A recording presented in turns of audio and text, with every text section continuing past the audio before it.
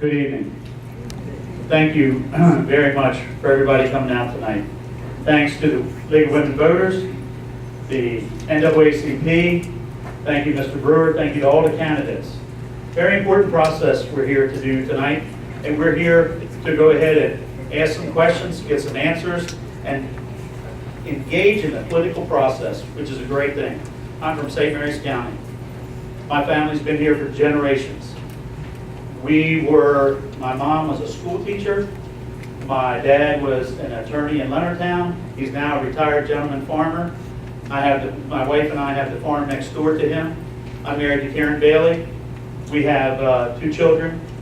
Taft is 10, Helen is 14, and we have them in the public schools. They both are getting a really good education, one in Chapticon, one at Letty Den. I was a policeman for 30 years. I worked for the Natural Resource Police. I have since retired. Being a public servant for 30 years, I decided, you know what? I really enjoyed being a public servant. I wanted to continue. That's why I've decided to jump into the race to be your senator. Some of you remember Paul Bailey, or Senator Paul. We called him Uncle Paul.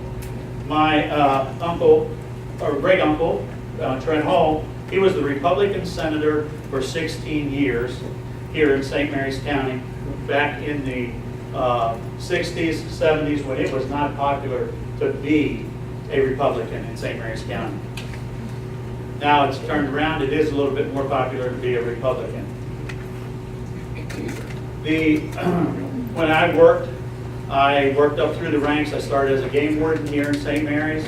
I worked in Calvert. I moved up, and I ended up running a lot of undercover operations, working around the state and then around the East Coast, working in different areas, working on things involving people making a fiduciary income of illegal activities with our resources. While I was there, I ended up working for the legislature. I worked as the executive assistant, and I managed the legislature then. I worked with senators, delegates. Gives me a great platform so that I can hit the ground running when I get to Annapolis. I think obviously there's very important things that we need to work on: public safety, school safety, education, healthcare, the environment. They are all things that are very important to us here in St. Mary's County, Calvert County, and Southern Maryland. Thank you. Thank you very much. Mr. Brewer?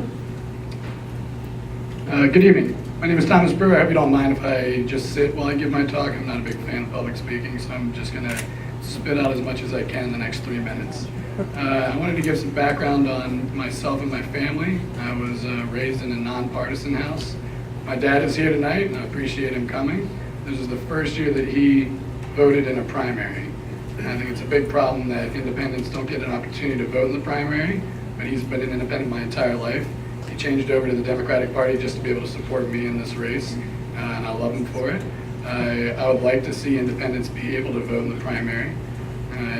Because I was raised in a nonpartisan house, we were happy to call out either side that was being greedy or hypocritical or didn't have the best interests in mind for the people that they represented. So I took that in mind when I decided to run for office. It's not something I ever thought that I'd want to do. My background is I grew up in the area. My parents met at St. Mary's College as freshmen. They stayed in the area afterwards and wanted to start their roots. When I was born, they were renting a house down Dow Road. We moved around a couple times. Finally settled in Wildwood when I was about 4 and a half. My parents still live in that house now. I went through the public school system here in St. Mary's from Greenview Knolls all the way to St. Mary's College in Maryland, my parents' alma mater. After I graduated there, I left the area to go to Baltimore to study at the University of Maryland School of Pharmacy. Became a pharmacist. When I graduated, I moved back into the area, got a job at CVS in Leonardtown, and then after 6 months, I left for an opportunity to work in an independent retail pharmacy, St. John's in Hollywood, which is now a CVS. It took me about a year to be disenchanted by the retail pharmacy industry. Saw a lot of problems in healthcare, and I didn't see myself being able to do much from behind the counter, so I took the opportunity to leave and try to find some other work. Worked out of the college a little bit, teaching organic chemistry labs. I got the opportunity to be a sustainability coordinator, and that's kind of where I caught the environmental bug.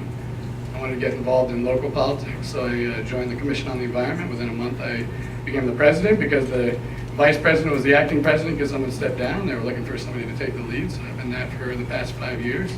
When people ask why I jumped up to the state level instead of starting at the county level, I tell them that everything that I wanted to address was better addressed at the state level, from healthcare cost, the opioid epidemic, which is one of the main reasons I wanted to step out. After being held up at St. John's Pharmacy, I left a bad taste in my mouth. Education, I grew up in the public school system. I graduated, I tell people that I graduated with a mortgage, just no house, because student loan debt is a serious problem that's affecting the economy. And as Commission on the Environment President, the environmental concerns that I addressed, like food waste and traffic congestion, were better addressed at the state level. So it was an easy decision for me to start by going for the position that I thought would do the most good. Thank you all for coming out.